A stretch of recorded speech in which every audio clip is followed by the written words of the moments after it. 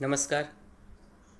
જુઓ વિદ્યાર્થી મિત્રો, આપણે ધોરણ 12 કોમર્સમાં વિષય વાણિજ્ય વ્યવસ્થા અને સંચાલન અંદર પ્રકરણ નંબર 8 ચાલી રહ્યું છે.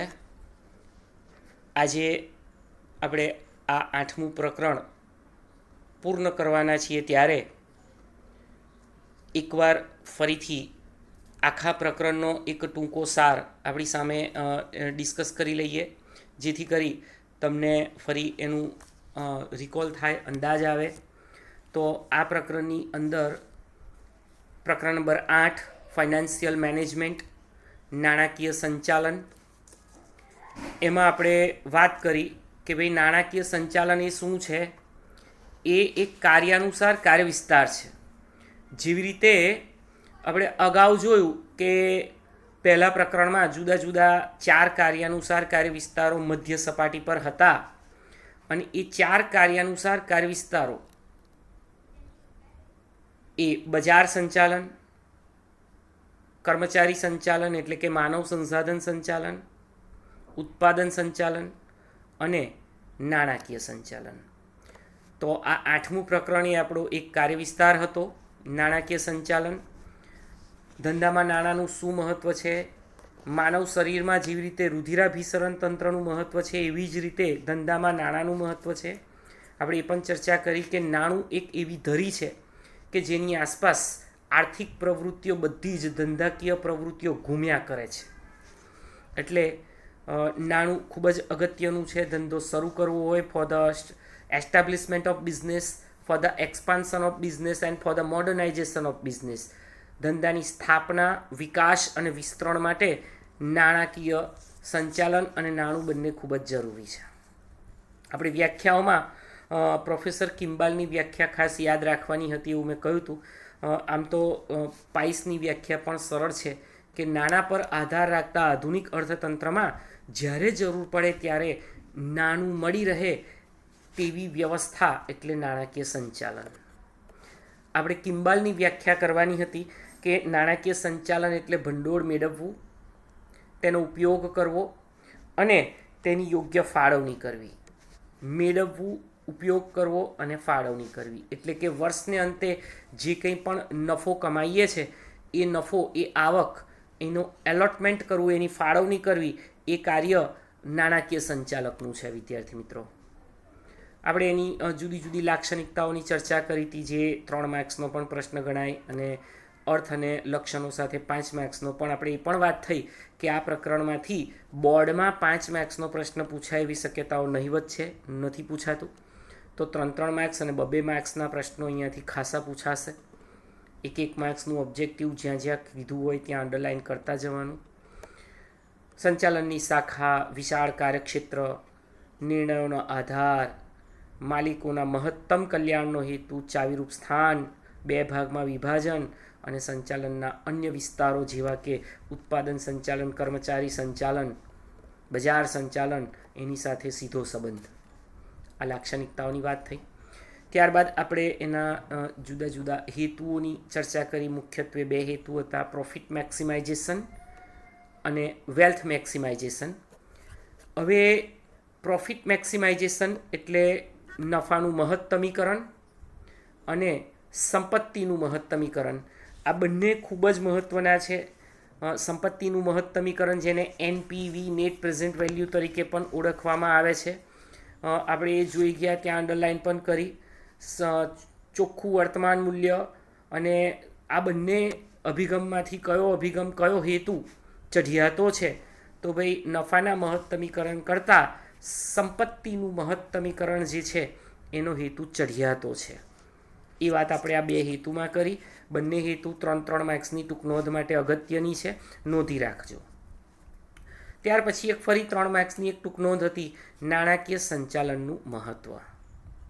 જુદા જુદા એના 9 મુદ્દા પૈકી આપણે કોઈ પણ 6 મુદ્દા યાદ રાખવાના હતા, જેવા કે જરૂરિયાતોનો અંદાજ, નાણાં પ્રાપ્તિ, આયોજન અને અંકુશ, નાણાંની વહેંચણી, તરલતાની જાળવણી, આવકની વહેંચણી, નાણાકીય નિર્ણયો અને ચાલુ મિલકતોનું સંચાલન, તેમજ ધંધાની શાખમાં વધારો.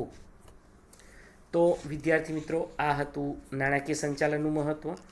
નાણાકીય નિર્ણયો, આ ખૂબ જ અગત્યનો પ્રશ્ન ટોપિક હતો. એમાં 3 ટૂંકનોંધો હતી.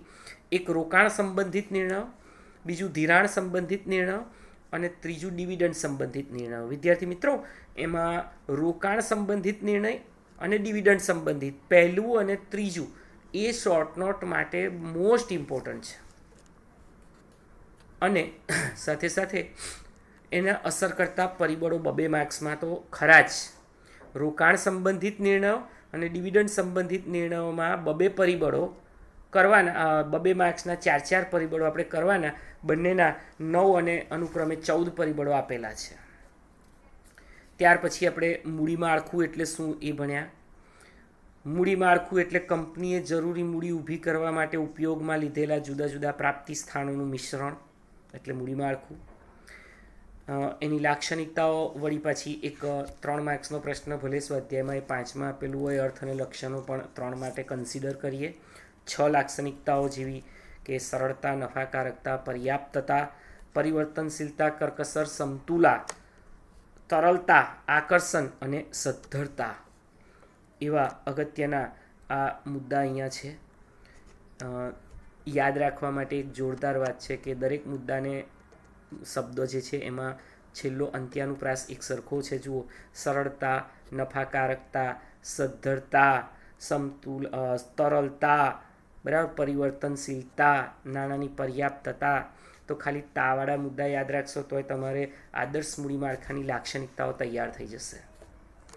ત્યારબાદ મૂડી માળખાના પ્રકારોની ચર્ચા કરીએ. એમાં ફક્ત ઇક્વિટી શેરવાળું મૂડી માળખું, ઇક્વિટી શેર અને પ્રેફરન્સ શેરનું મૂડી માળખું, ઇક્વિટી શેર અને ડિબેન્ચરનું મૂડી માળખું અને ઇક્વિટી શેર, પ્રેફરન્સ શેર અને ડિબેન્ચરનું કુલ 4 પ્રકારના મૂડી માળખા. હવે વિદ્યાર્થી મિત્રો, બીજો એક પ્રશ્ન હતો કે મૂડી માળખાને અસર કરતા પરિબળો, એમાં આંતરિક અને બાહ્ય.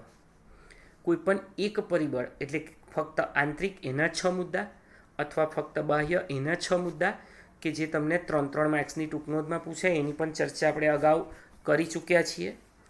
ત્યાર પછી કાર્યશીલ મૂડી, હવે અગત્યનું પોર્શન છે આ. કાર્યશીલ મૂડી એટલે શું, એની લાક્ષણિકતાઓ અને કાર્યશીલ મૂડી તેમજ ચોખ્ખી કાર્યશીલ મૂડી અને કુલ કાર્યશીલ મૂડી વચ્ચેનો તફાવત 2 માર્ક્સનો.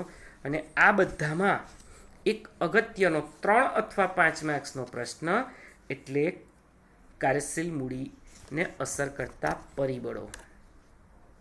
આ કરી જ દેજો. પેજ નંબર 92 પર આપેલો છે. ખૂબ જ અગત્યનો પ્રશ્ન છે આ ચેપ્ટરમાંથી, જે ખાસ કરવાનો છે. 10 મુદ્દા આપેલા છે, બરાબર છે.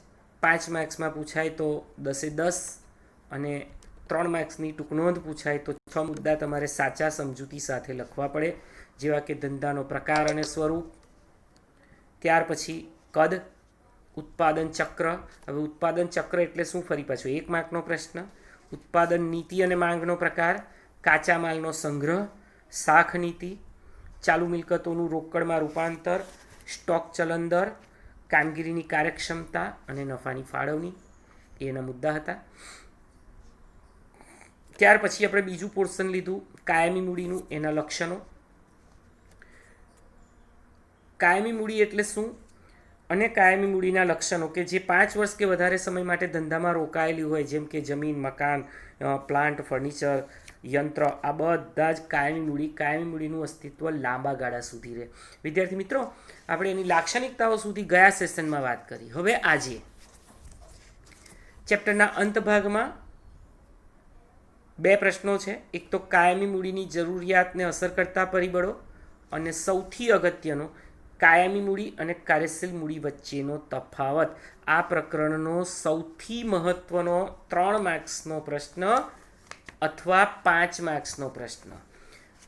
નિયમ યાદ રાખજો, વાણિજ્ય વ્યવસ્થામાં જો તફાવત સ્વરૂપનો પ્રશ્ન 5 માર્કમાં પૂછાય તો 5 મુદ્દા સમજાવવાના, પણ એ જ તફાવત પ્રકારનો પ્રશ્ન જો ડી વિભાગમાં પૂછાય તો 6 મુદ્દા સમજાવવાના. આની કાળજી રાખજો. એટલે આપણે એવી આશા રાખીએ, હોપ ફોર ધ બેસ્ટ, કે ભાઈ એ 5 માર્કમાં પૂછાય અને આપણે 6 મુદ્દા કરેલા છે અને 5 લખીશું તો પણ 5માંથી 5 મળશે. તો શરૂઆત કરીએ છીએ આપણે કાયમી મૂડીની જરૂરિયાતને અસર કરતા પરિબળો, factors affecting the need of fix capital. જુઓ, પહેલું, ધંધાનો પ્રકાર અને સ્વરૂપ. ઔદ્યોગિક પ્રવૃત્તિ કરતા ઔદ્યોગિક એકમો જેવા કે વહાણવટા ઉદ્યોગ, લોખંડ અને સ્ટીલ ઉદ્યોગ, ખનિજ ઉદ્યોગ, માઇનિંગ ઇન્ડસ્ટ્રીઝ, આ બધા એવા ઉદ્યોગો છે એમાં મોટા પ્રમાણમાં કાયમી મૂડીની જરૂર પડે છે. યાદ રાખજો, કેવા પ્રકારનો ધંધો છે. તમે નાનો વૈયક્તિક માલિકી સ્વરૂપનો કે બિઝનેસ નાનો મોટો કરો છો એમાં કાયમી મૂડીની જરૂર નથી પડતી. વેપારી પ્રવૃત્તિ કરો છો, વિનિમયની પ્રવૃત્તિવાળો વેપાર કરો છો તો એમાં કાયમી મૂડીની જરૂર નથી પડતી. સેવા પૂરી પાડતા એકમોમાં પણ કાયમી મૂડીની જરૂર ઓછી હોય છે.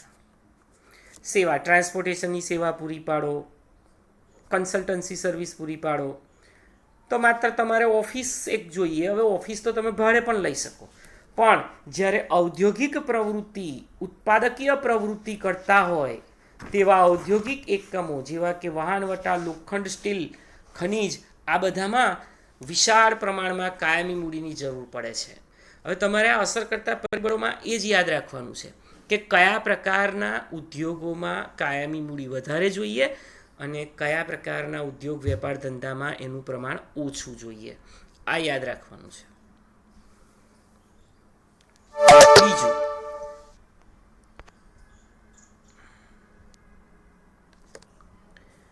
એકમનું કદ. નાના કદના એકમોને મોટા કદના એકમો કરતાં પ્રમાણમાં ઓછી મૂડીની જરૂર પડે છે. ગૃહ ઉદ્યોગને ખાંડ ઉદ્યોગ કે સુતરાઉ કાપડના ઉદ્યોગ કરતાં ઓછી કાયમી મૂડી જોઈશે. જ્યારે, હવે સાંભળો, વાહનનું ઉત્પાદન કરતા એકમોનું કદ ઘણું બધું વધારે હોવાથી, મોટું હોવાથી ત્યાં કાયમી મૂડીની જરૂર વધારે રહે છે. એટલે કદ, size of business, size of unit એ પણ મેટર કરે છે કે તમારે મૂડી કાયમી વધારે જોઈશે કે કાર્યશીલ વધારે જોઈશે. ત્યાર પછી ત્રીજું છે માલિકી કે ભાડાપટ્ટાનો ઉપયોગ. જમીન, મકાન, યંત્રો, આ કાયમી મિલકતો ખરીદવા કરતાં ભાડાપટ્ટેથી જો મેળવી લો ને તો તમારે કાયમી મૂડીનું રોકાણ તમે ઘટાડી શકશો.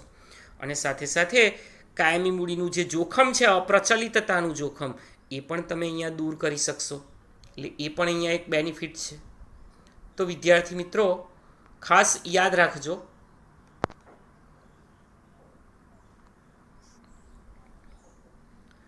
માલિકી કે ભાડાપટ્ટાનો ઉપયોગ કરશો, માલિકીનું મિલકત વસાવવા કરતાં જો એ ભાડે પટ્ટે લેવામાં આવશે તો એ તમારા માટે વધારે અનુકૂળ સાબિત થશે, બેનિફિશિયરી સાબિત થશે.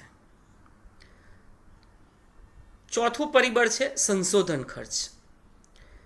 ઔદ્યોગિક એકમોએ તેમની પેદાશને વધુ ઉપયોગી બનાવવા, ઉત્પાદન ખર્ચ એટલે કે પડતર નીચી લઈ જવા માટે, વસ્તુનો આકાર કે રચનાને આકર્ષક બનાવવા માટે સંશોધન કાર્ય હાથ ધરવું પડે. એટલે કે રિસર્ચ એન્ડ ડેવલપમેન્ટ વિભાગ ઊભો કરવો પડે. અને આ બધા માટે કાયમી મૂડીની જરૂર વધારે પડે ધંધામાં.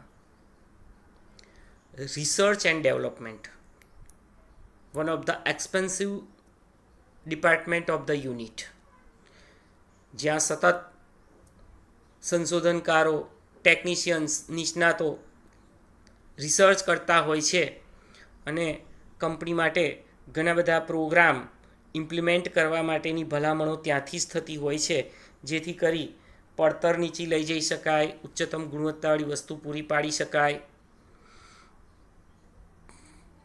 ત્યાર પછી પાંચમું પરિબળ છે અદ્યતન ટેકનોલોજી. અદ્યતન એટલે એડવાન્સ્ડ. જેમ જેમ સમય પસાર થતો ગયો છે, ટેકનોલોજી બદલાતી રહે છે. નવા નવા સંશોધનો અને અદ્યતન ટેકનોલોજીને કારણે જૂના યંત્રો દૂર કરીને નવા યંત્રો આપણે વસાવવા પડે છે. અને આ માટે પણ કાયમી મૂડીની ખાસ જરૂર પડે. તમે જુઓ, આપણે અત્યાર સુધી ટાઈપરાઇટરથી કામ ચલાવતા હોય ઓફિસ વર્ક માટે, અને કમ્પ્યુટરાઇઝ થયું એટલે કમ્પ્યુટર વસાવવા પડે, તો એના માટે મૂડીની જરૂર પડે, રોકાણ કરવું પડે. હેન્ડલૂમથી કાપડનું ઉત્પાદન કરતા હતા, હવે પાવરલૂમ લાવવા પડે. તો પાવરલૂમના પ્લાન્ટ ઊભા કરવા માટે યંત્રો આધુનિક વસાવવા પડે, અને આધુનિક યંત્રો પાછળ આપણે કાયમી મૂડીનો ઉપયોગ કરવો પડે. છઠ્ઠું પરિબળ છે સરકારી મદદ અને કરવેરાની નીતિ. ઉદ્યોગોને પ્રોત્સાહન આપવા અને જુદા જુદા પ્રાદેશિક વિસ્તારોમાં, રિજિયોનલ એરિયાઝમાં વિકાસને સંતુલિત બનાવવો હોય, એટલે કે પછાત વિસ્તારોનો પણ વિકાસ થાય તેવો પ્રયત્ન કરવો હોય, તો સરકાર ઉદ્યોગોને ગ્રાન્ટ આપશે, સબસિડી સ્વરૂપે પણ મદદ કરશે. દાખલા તરીકે સરકાર ઔદ્યોગિક એકમને જમીન અને ઔદ્યોગિક શેડ એટલે કારખાનાનું મકાન, એની સહાય પૂરી પાડે છે.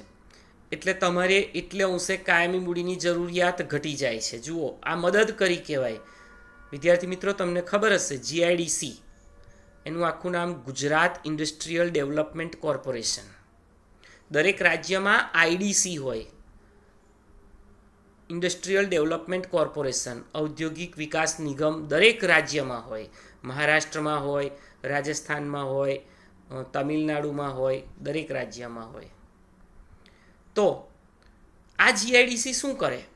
આ GIDC તમને રેડીમેડ પ્લાન્ટ આપે, શેડ આપે, ભાડે પણ આપે, અને પહેલાં 5 વર્ષ માટે તમારી પાસે ભાડું પણ વસૂલ ન કરવામાં આવે, રાહતો આપવામાં આવે. ટેક્સમાં રાહત, સેલ ટેક્સમાં રાહત, પાણી, વીજળી, આ બધામાં રાહત આપવામાં આવે. તો સરકારની મદદ જેટલી વધારે હોય એટલી તમારે કાયમી મૂડીની જરૂર ઓછી પડે. સરકારની કરવેરા નીતિ પણ કાયમી મૂડીની જરૂરિયાતને અસર કરે છે. દાખલા તરીકે સરકાર યંત્રો ઉપર ઉદાર ઘસારાની નીતિ અમલમાં મૂકે. હવે ઉદાર ઘસારાની નીતિ એટલે શું? તમે ઘસારાનો દર ઊંચો રાખી શકો, તો પછી જૂના યંત્રોને સ્થાને નવા યંત્રો ખરીદવાનું આકર્ષણ વધે. એટલે આપણે શું કરીએ કે જૂના યંત્રો પર ઘસારાનો દર ઊંચો રાખીએ, એટલે ઘસારાને દરને કારણે મિલકત, એ યંત્રની બુક વેલ્યુ જે છે એ ઘટતી જાય, અને પછી એક સમયે આપણે એને રિપ્લેસ કરવા માટે પેલા ફંડનો ઉપયોગ કરીએ, પણ સાથે કાયમી મૂડીની પણ વધારે જરૂર પડે. તો આ સરકારની કરવેરા નીતિ આપણને અસર કરી ગઈ. 7મું અને છેલ્લું પરિબળ સ્થાપના ખર્ચ. કંપની સ્વરૂપની સરખામણીમાં વૈયક્તિક માલિકી, ભાગીદારી પેઢી અને સહકારી મંડળીનો સ્થાપના ખર્ચ ખૂબ જ ઓછો હોય છે. એ આપણે અગાઉ 11મા ધોરણમાં જોઈ ગયેલા છીએ.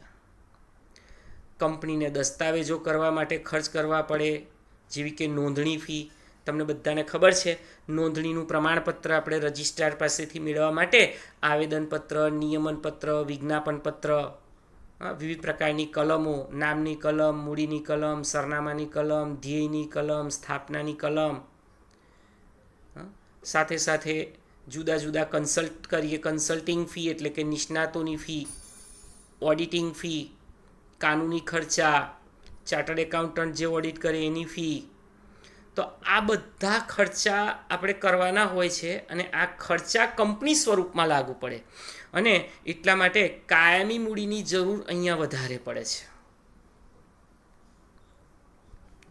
તો વિદ્યાર્થી મિત્રો, આ પ્રમાણે એક 3 માર્ક્સની આ એક ટૂંક નોંધ હતી, factors affecting the need of fixed capital. કાયમી મૂડીની જરૂરિયાતને અસર કરતા પરિબળો. એમાં પહેલું ધંધાનો પ્રકાર અને સ્વરૂપ, બીજું એકમનું કદ, ત્રીજું માલિકી / ભાડાપટ્ટાનો ઉપયોગ, ચોથું સંશોધન ખર્ચ, પાંચમું અદ્યતન ટેકનોલોજી, છઠ્ઠું સરકારી મદદ અને કરવેરા નીતિ, સાતમું સ્થાપના ખર્ચ. આમ 7 પરિબળો પૈકી તમે 6 પરિબળો સાચા સમજૂતી સાથે લખો તો 3માંથી 3 માર્ક ડી વિભાગમાં એ મળવાપાત્ર બને. ખાસ કાળજી રાખજો, કાયમી મૂડીની જરૂરિયાતને અસર કરતા પરિબળો એ પણ ડી વિભાગમાં 3 માર્ક્સ માટે એક અગત્યનો પ્રશ્ન છે, એમ કહી શકાય. હવે વિદ્યાર્થી મિત્રો, આ પ્રકરણમાં છેલ્લો મુદ્દો અને એ પોઈન્ટ છે કાયમી અને કાર્યશીલ મૂડી વચ્ચેનો તફાવત. આ છેલ્લો મુદ્દો.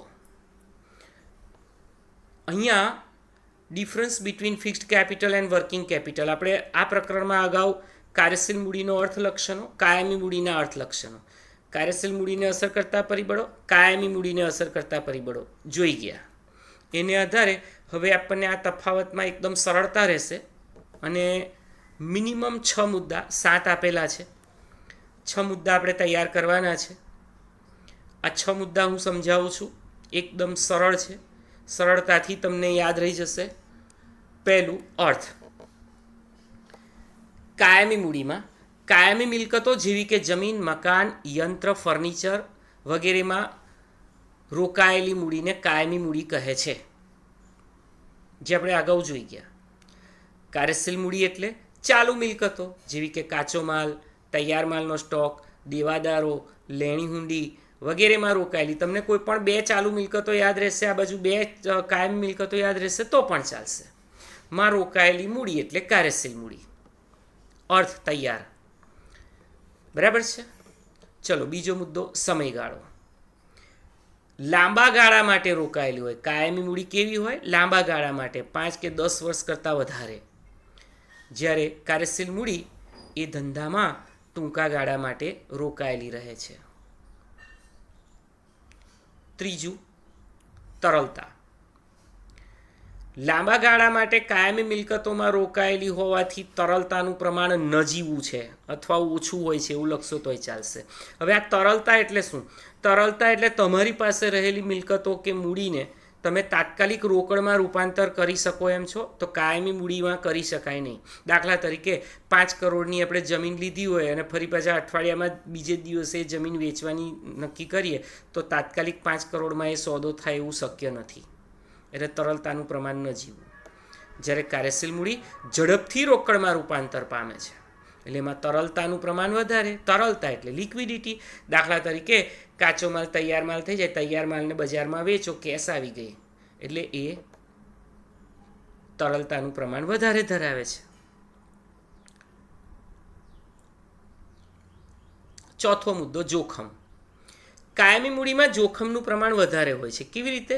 તો કે તમારે ખૂબ જ મોટા ભાગની મૂડી આ કાયમી મિલકતોમાં રોકાયેલી છે અને કાયમી મિલકતો જો અપ્રચલિત બને, અપ્રચલિતતાનું જોખમ એને ઊભું થાય તો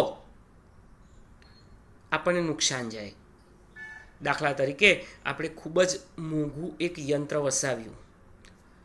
ઉદાહરણ તરીકે 5 કરોડનું યંત્ર લાવ્યા. માર્કેટમાં એ યંત્ર પછી 2 જ મહિનામાં એનાથી એડવાન્સ આધુનિક યંત્ર આવ્યું કે જે 5.5 કરોડનું કે 6 કરોડનું છે, પણ એમાં સુવિધાઓ વધારે છે. તો આપણું યંત્ર અપ્રચલિત બની ગયું, કારણ કે એ યંત્રની સરખામણીમાં આપણા યંત્રની ઝડપ ઓછી છે, ફીચર્સ ઓછા છે. એટલે we have to replace this machine against new machine. તો આપણે તો અત્યારે જ 5 કરોડ રૂપિયા 2 જ મહિનામાં અપ્રચલિત બની ગયા અને વળી પાછું નવું યંત્ર લાવવાનું થયું. આ જોખમ છે. જ્યારે પેલી બાજુ કાર્યશીલ મૂડીમાં જોખમનું પ્રમાણ બિલકુલ ઓછું છે, કારણ કે તમે તાત્કાલિક તમારી ચાલુ મિલકતોને રોકડમાં પરિવર્તિત કરી શકો છો. એટલે જોખમનું પ્રમાણ ત્યાં ઓછું છે. મુદ્દો, જરૂરિયાત. જમીન, મકાન, પ્લાન્ટ, યંત્ર આવી કાયમી મિલકતો ખરીદવા માટે જરૂરી છે. જ્યારે સામે રોજબરોજના ખર્ચા જેવા કે મજૂરી, લેબર વર્ક, વેતન, પગાર, કાચા માલની ખરીદી કરવી હોય, આ બધા રોજિંદા ખર્ચા છે અને આ ખર્ચાઓને પહોંચી વળવા માટે કાર્યશીલ મૂડી ખૂબ ઉપયોગી છે. છઠ્ઠું છે પ્રાપ્તિ સ્થાન. ક્યાંથી મળે? From where we can get this types of capital. તો આ મૂડી શેર બહાર પાડો, ડિબેન્ચર બહાર પાડો કે કોઈ નાણાકીય સંસ્થાઓ જેવી કે GSFC હોય, ICICI હોય, IDBI હોય, એવી સંસ્થાઓ પાસેથી પણ આપણે લોંગ ટર્મ માટેનું લોન લઈ શકીએ, લાંબા ગાળાની. જ્યારે કાર્યશીલ મૂડી ક્યાંથી મળે? વેપારી શાખ, કેશ ક્રેડિટ, બેંક ઓવરડ્રાફ્ટ, દેશી સરાફો. દેશી સરાફ એટલે જે નાણાકીય ધીરધાર લેવડ દેવડનો ધંધો કરતા હોય એ લોકો પાસેથી આપણે આ કાર્યશીલ મૂડી મેળવી શકીએ, ટૂંકા ગાળાની લોન. 7મો અને અગત્યનો મુદ્દો ઘસારો. વિદ્યાર્થી મિત્રો, કાયમી મિલકતોમાં રોકાયેલી મૂડી એ ઘસારાને પાત્ર છે. દાખલા તરીકે તમે યંત્ર, તો યંત્ર ઉપર તમે ઘસારો ગણી શકો છો. યંત્ર ઉપર તમે ઘસારો ગણી શકો છો. અહીંયા કાર્યશીલ મૂડી ઘસારાને પાત્ર નથી. કેમ? હવે આ વિધાન પણ પૂછાય છે 2 માર્ક્સનું, ખાસ કાળજી રાખજો. કાર્યશીલ મૂડી ઘસારા પાત્ર નથી. એટલા માટે ઘસારાને પાત્ર નથી કારણ કે કાર્યશીલ મૂડીમાં ચાલુ મિલકતોમાં રોકાયેલી છે અને ચાલુ મિલકતોનું સ્વરૂપ બદલાતું જાય છે. દાખલા તરીકે આપણે 50 લાખનો કાચો માલ લાવ્યા, તૈયાર માલ કર્યો, તૈયાર માલ કરી અને બજારમાં વેચાણ કર્યું. હવે વેચાણ શાખ ઉપર થયું, માન લો રોકડે થયું, તો રોકડ આવશે. તો તમારી કોઈ પણ ચાલુ મિલકતનું એક સ્વરૂપ સાતત્યપૂર્ણ રહેતું નથી, એટલે કાર્યશીલ મૂડી પર ઘસારો ગણાતો નથી. આ યાદ રાખજો. આ વિધાન સ્વરૂપનો પ્રશ્ન પણ પૂછાય છે કે કાર્યશીલ મૂડી પર ઘસારો ગણાતો નથી. સમજાવો. 2 માર્ક્સ. બરાબર છે? તો ઘસારાવાળો એક અગત્યનો મુદ્દો હતો. હવે કાયમી મૂડી અને કાર્યશીલ મૂડી વચ્ચેનો તફાવત આ ચેપ્ટરનો સૌથી અગત્યનો અને છેલ્લો પ્રશ્ન. એના મુદ્દા છે અર્થ, બીજું સમયગાળો, ત્રીજું તરલતા, ચોથું જોખમ, પાંચમું જરૂરિયાત, છઠ્ઠું પ્રાપ્તિ સ્થાન અને સાતમું ઘસારો. વિદ્યાર્થી મિત્રો, આમાંથી કોઈ પણ 6 મુદ્દા તમે લખો એટલે 3 માર્ક્સ મળે. ડી વિભાગમાં પૂછાતો પ્રશ્ન પણ કેટલીક વખતે 5 માર્ક્સ માટે પણ પૂછાઈ જાય તો પણ આપણને ફાયદો થાય, કારણ કે ત્યાં 5 જ મુદ્દા લખવાના અને પૂરેપૂરા 5 માર્ક્સ મેળવવાના. કાળજી રાખજો. હવે બીજી વાત, આ સાથે આપણું આ ચેપ્ટર અહીંયા પૂરું થાય છે. એકોર્ડિંગ ટુ મંથલી સિલેબસ, આપણે સ્કૂલના સિલેબસ પ્રમાણે જ ગુજરાત માધ્યમિક શિક્ષણ બોર્ડ દ્વારા જે રજૂ થયેલો મંથલી સિલેબસ છે એ પ્રમાણે જ આપણે આગળ વધી રહ્યા છીએ. વાણિજ્ય વ્યવસ્થામાં તમારે એકમ કસોટી જે સરકાર દ્વારા લેવાઈ રહી છે એમાં 3જી એકમ કસોટી આવશે. એમાં 3જું, 4થું, 5મું ચેપ્ટર છે, એ બધાને ખબર જ છે. તો એની તૈયારી પણ કરજો. સાથે સાથે હવે આ પ્રકરણ જ્યારે પૂરું થાય છે ત્યારે તમારે એનું સ્વાધ્યાય, અને સ્વાધ્યાયમાં પહેલો પ્રશ્ન, હવે આ સ્વાધ્યાયમાં પહેલો પ્રશ્ન જે છે એ MCQનો છે. 11 MCQ આપેલા છે. વિદ્યાર્થી મિત્રો, તમારે MCQ લખવાના છે. એનો પ્રશ્ન કે એના ઓપ્શન બધા લખવાની જરૂર નથી. સીધું જ વિભાગ A પહેલો પ્રશ્ન, B ઓપ્શન અને જવાબ શબ્દ. આવી રીતે 11 શબ્દો લખો એટલે તમારો A વિભાગનું હોમવર્ક થઈ ગયું. તો હોમવર્ક બરાબર નોંધી રાખજો. સ્વાધ્યાયનો પહેલો પ્રશ્ન, એના 11 MCQ. સ્વાધ્યાયનો બીજો પ્રશ્ન, એના 10 પ્રશ્નો છે કે જે 1-2 વાક્યમાં જવાબ આપો છે. અને બીજું કે આ સ્વાધ્યાય તમારું બોર્ડની પેપર સ્ટાઇલ પ્રમાણેનું જ છે, કાળજી રાખો. તો અહીંયા તમારો બીજો પ્રશ્ન કે જેમાં 10 1 વાક્યમાં જવાબ આપો એ પણ લખવાના છે.